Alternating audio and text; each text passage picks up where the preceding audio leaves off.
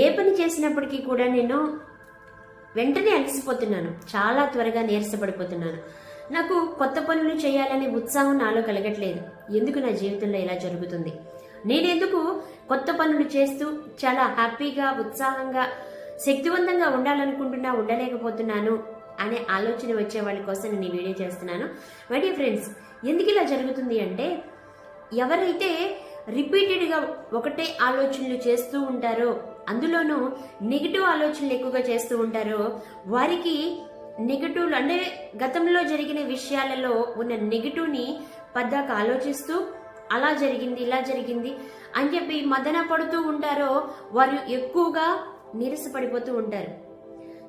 ఎక్కువగా అవే ఆలోచనలు మన బ్రెయిన్కి పంపించడం వలన మన బ్రెయిన్ శక్తిని కోల్పోతూ ఉంటుంది.